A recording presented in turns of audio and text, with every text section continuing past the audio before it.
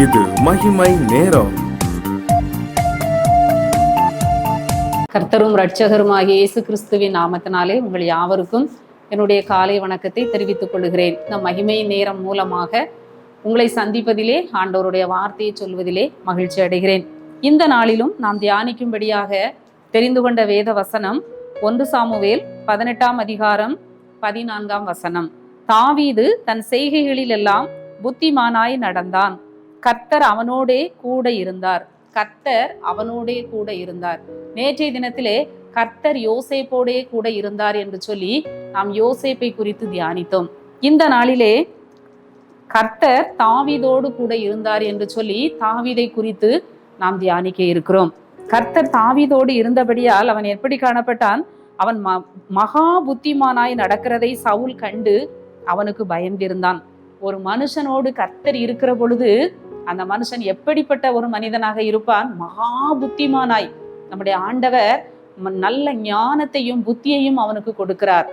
நம்ம வசனத்திலே வாசிக்கிறோம், அஞ்ஞானம் உன்னை காப்பாற்றும், புத்தி உன்னை பாதுகாக்கும். இன்னும் கூட ஞானத்தை கண்டடைகிற மனுஷனும் புத்தியை சம்பாதிக்கிற மனுஷனும் பாக்கியவான்கள். அந்த புத்தி, அந்த ஞானம் எப்படி வரும்? ஆண்டவர் ஒரு மனிதனோடு இருக்கிற பொழுது அந்த மனிதனுக்கென்று ஆண்டவர் விசேஷித்த ஞானத்தை கொடுக்கிறார், புத்தியை கொடுக்கிறார். ஞானம் இல்லாமல் இன்றைக்கு ஜனங்கள் மடிந்து போகிறதை பார்க்கிறோம். கர்த்தருக்கும் அவர்களுக்கும் சம்பந்தமில்லாத வாழ்க்கை வாழுகிற பொழுது ஞானம் இல்லாமல் மடிந்து போகிறதை நாம பார்க்கிறோம், புத்தி இல்லாமல் வாழ்கிறதை நாம பார்க்கிறோம். ஆனால் தாவீதோடு கர்த்தர் இருந்தார். அவன் மகா புத்திமானாய் காணப்பட்டான். மட்டுமல்ல, அந்த தாவீதை பற்றி அந்த சவுலின் வேலைக்காரன் இவ்வண்ணமாக சொல்லுகிறதை நாம பார்க்கிறோம். அவன் வாசிப்பதில் தேறினவன். அந்த தாவீது ஒரு பராக்கிரமசாலி, அவன் ஒரு யுத்த வீரன், காரிய சமர்த்தன், சௌந்தரியம் உள்ளவன். எல்லாவற்றிற்கும் மேலாக கர்த்தர் அவனோடு கூட இருக்கிறார். ஒரு மனிதனோடு கர்த்தர் இருக்கிறத மற்றவர்களால் என்ன செய்ய முடியும்? கண்டுகொள்ள முடியும். சவுலுடைய வேலைக்காரன் கூட கண்டுகொள்ளுகிறான், கர்த்தர் தாவீதோடு கூட இருக்கிறார் என்று சொல்லி கண்டுகொள்ளுகிறான். சவுலும் கூட கர்த்தர் தாவீதோடு இருக்கிறார் என்று கண்டு தாவீதுக்கு பயப்படுகிறதை நாம பார்க்கிறோம். ஒரு மனிதனோடு கர்த்தர் இருக்கிற பொழுது மற்றவர்கள் அவனுக்கு பயந்து நடப்பார்கள், அவனை கண்டு பயப்படுவார்கள். காரணம் என்ன? அவனோடு கர்த்தர் இருக்கிறார், அவன் மகா புத்திமானாய் நடந்து கொள்ளுகிறான் என்று சொல்லி மற்றவர்கள் கர்த்தர் அவனோடு இருக்கிறதை கண்டுபிடித்து விடுவார்கள், அவனுடைய காரியங்கள் வாய்க்கும் என்று சொல்லி யோசேப்பினுடைய வாழ்க்கையிலே நாம பார்த்தோம். இந்த தாவீது மகா புத்திமானாய் நடந்தான். வாழ்க்கையில நம்ம முன்னேறுவதற்கு, ஆசீர்வதிக்கப்படுவதற்கு நம்ம மகா புத்திமானாய் நடக்க வேண்டியது மிகவும் அவசியம் என்று சொல்லி நாம பார்க்கிறோம். இன்னும் கூட அந்த தாவீது எத்தனையோ சந்தர்ப்பத்துல, அந்த சவுல் எத்தனையோ சந்தர்ப்பத்துல தாவீதை கொல்ல பார்த்தான். ஆனால் கர்த்தர் தாவீதோடு இருந்தபடியால் கர்த்தர் ஒரு நாளும் அவனை சவுல் கையில என்ன செய்யல? ஒப்பு கொடுக்கல. 2 முறை ஈட்டியை வச்சு அவன் எரிகிற பொழுது, சுவரோடு குத்தி போட அவன் ஈட்டியை எரிகிற பொழுது அவன் விலகி போகிறதை பார்க்கிறோம். அப்பொழுதும் அந்த சவுல் கண்டுகொள்கிறான், கர்த்தர் இந்த தாவீதோடு இருக்கிறார், அவனை காப்பாற்றுகிறார். தாவீது போன இடத்திலெல்லாம் கர்த்தர் அவனை காப்பாற்றினார் என்று சொல்லி நாம பார்க்கிறோம். பொல்லாத இந்த உலகத்திலே ஆண்டவர் நம்ம போகிற இடத்திலெல்லாம் நம்மோடு கூட இருக்கிற பொழுது அவர் நம்மை பாதுகாக்கிற தேவனாக இருக்கிறார். அனுதினமும் சவுல் அந்த தாவீதை தேடியும் கர்த்தர் அந்த தாவீதை சவுல் கையில் ஒப்பு கொடுக்கவில்லை என்று சொல்லி நாம பார்க்கிறோம். எல்லா தீமைக்கும் ஆண்டவர் தப்புவித்து வந்ததை நாம பார்க்கிறோம். கர்த்தர் ஒரு மனிதனோடு இருக்கிற பொழுது அவனுக்கு தீங்கு செய்யும்படி ஒருவனும் அவன் மேல் என்ன செய்ய முடியாது? கை போட முடியாது. நம்முடைய வாழ்க்கையில கர்த்தர் என்னோடு இருக்கிறாரா, கர்த்தர் நம்மோடு இருக்கிறாரா என்று சொல்லி இந்த காலை வேளையிலே நாம் சிந்தித்து பார்ப்போம். அவன் சவுல் ஒரு பெரிய ராஜா, தாவீது ஒரு இளைஞன். அந்த பெரிய ராஜா ஒரு இளைஞனை பார்த்து பயப்படுகிறார், கர்த்தர் அவனோடு இருக்கிறார் என்று சொல்லி அந்த சவுல் கண்டு தாவீதுக்கு மிகவும் பயந்தான் என்று சொல்லி நாம பார்க்கிறோமா? ஆண்டவர் நம்மோடு இருக்கிற பொழுது மற்றவர்களுக்கு ஆண்டவர் ஒரு பயத்தை கொடுப்பார். ஆண்டவர் நம்மோடு இருக்கிறதை அவர்கள் அறிந்து கொள்ளும்படி செய்வார் என்று சொல்லி நாம பார்க்கிறோம். எல்லாவற்றிலும் அந்த சவுல் அவனை அனுப்புகிற எல்லா காரியத்திலும் அவன் புத்திமானாய் நடந்தான் என்று சொல்லி நாம பார்க்கிறோம். எல்லா ஊழியக்காரரை பார்க்கிலும் சவுல் ராஜாவுக்கு நிறைய ஊழியக்காரர்கள், போர் வீரர்கள் நிறைய ஆட்கள் இருந்தாலும் எல்லாரை பார்க்கிலும் தாவீது புத்திமானாய் நடந்தான். அது மாத்திரமல்ல, அவன் பேர் மிகவும் கனம் பெற்றது. ஞானம் வரும் பொழுது, புத்தி வரும் பொழுது நமக்கு கனம் வருகிறது. ஞானம் புத்தியும் எப்பொழுது நமக்கு வருகிறது? ஆண்டவர் நம்மோடு இருக்கும்போது. ஆண்டவர் நமக்கு ஞானத்தை தருகிறார். கர்த்தர் ஞானத்தை தருகிறார். அறிவும் புத்தியும் அவர் வாயினின்று வரும். கர்த்தர் நம்மோடு இருக்கும் பொழுது ஞானம் நமக்கு உண்டு, அறிவு உண்டு, புத்தி உண்டு. அதனால அந்த தாவீதின் பேர் மிகவும் கனம் பெற்றது. ஆண்டவர் ஒரு மனிதனோடு இருக்கிற பொழுது அந்த மனிதனை கனப்படுத்துகிறதை நாம பார்க்கிறோம். சாதாரண மனிதனை அசாதாரணமான மனிதனாக ஆண்டவர் மாற்றுகிறார்.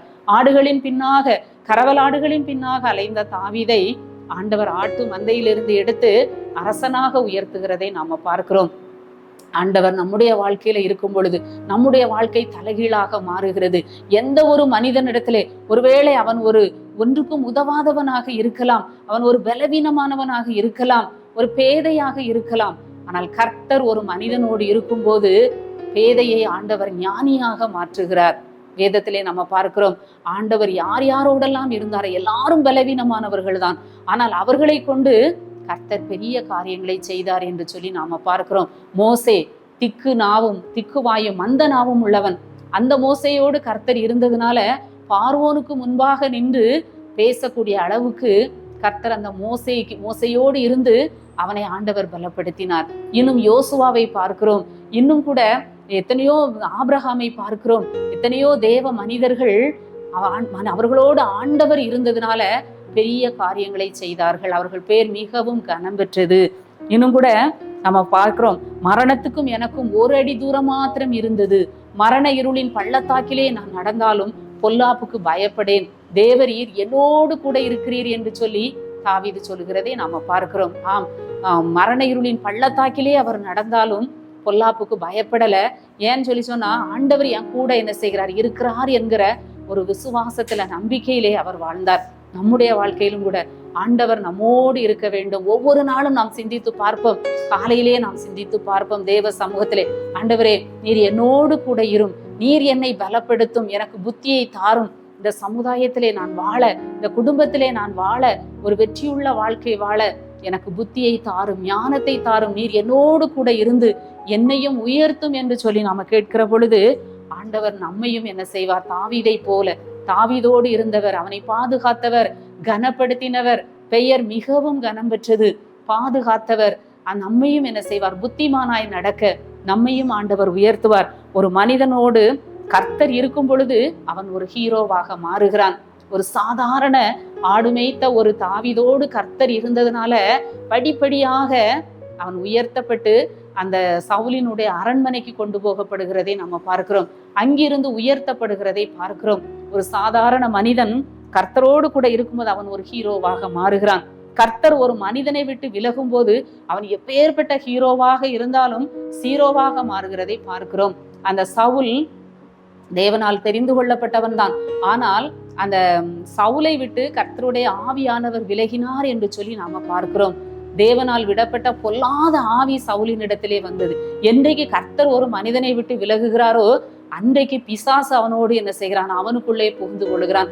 ஆண்டவர் இல்லாத இடம், அந்த வெறுமையான இடத்தை பிசாசு வந்து நிரப்புகிறான்.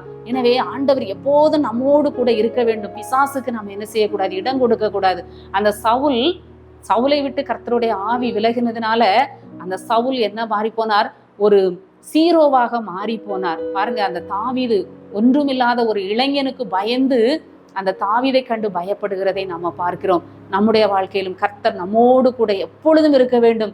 ஆண்டவரை எல்லா சூழ்நிலைகளிலும் நீர் என்னோடு கூட இரும் என்று சொல்லி ஒவ்வொரு நாளும் காலையிலே நம்ம ஆண்டவருடைய சமூகத்திலே நின்று, ஆண்டவரே என் கூட நீங்க இருங்க, என் பக்கத்திலே இருங்க, என்னோடு கூட நீங்க வாங்க, என்னோடு கூட நீங்க பிரயாணம் பண்ணுங்கன்னு சொல்லி கர்த்தரை எப்பொழுதும் நமக்கு முன்பாக வைத்திருக்கிற பொழுது நாம் அசைக்கப்பட முடியாது. இந்த தாவீதை போல நாம் என்ன செய்யப்பட முடியும், வாழ்க்கையிலே உயர்த்தப்பட முடியும். இந்த காலை வேளையிலே ஆண்டவருடைய சமூகத்திலே நாம் ஜெபிப்போம். ஆண்டவரே, தாவீதோடு கூட இருந்த ஆண்டவர் என்னோடு நீர் கூட இரும் ஆண்டவரே. என்னுடைய வாழ்க்கையிலே, என்னுடைய பயணத்திலே, என்னுடைய காரியத்திலே நீர் என் கூட இருந்து எனக்கு புத்தியை தாரும், ஞானத்தை தாரும், எனக்கு விவேகத்தை தாரும் ஆண்டவரே என்று சொல்லி நாம் கேட்போம். தாவீதோடு இருந்தவர், பட்சபாதம் இல்லாத ஆண்டவர் நம்மோடு கூட இருந்து நம்மையும் அவர் உயர்த்துவார். நம்மை கொண்டு பெரிய காரியங்களை செய்வார். கர்த்தர் நம்மோடு கூட இருக்கிறதை எல்லாரும் காணும்படி செய்வார். நம்மை கண்டு அவர்கள் பயப்படும்படியாய் ஆண்டவர் செய்வார். நாம் கர்த்தர் நம்மோடு இருக்கும்போது பெரிய காரியங்களை செய்வார். அந்த காலை வேளையிலே கர்த்தருடைய சமூகத்திலே நம்மை தாழ்த்தி ஒப்பு கொடுப்போம். மீட்பர் இயேசு கிறிஸ்துவின் மூலம் ஜெபிக்கிறோம் நல்ல பிதாவே, ஆமேன்.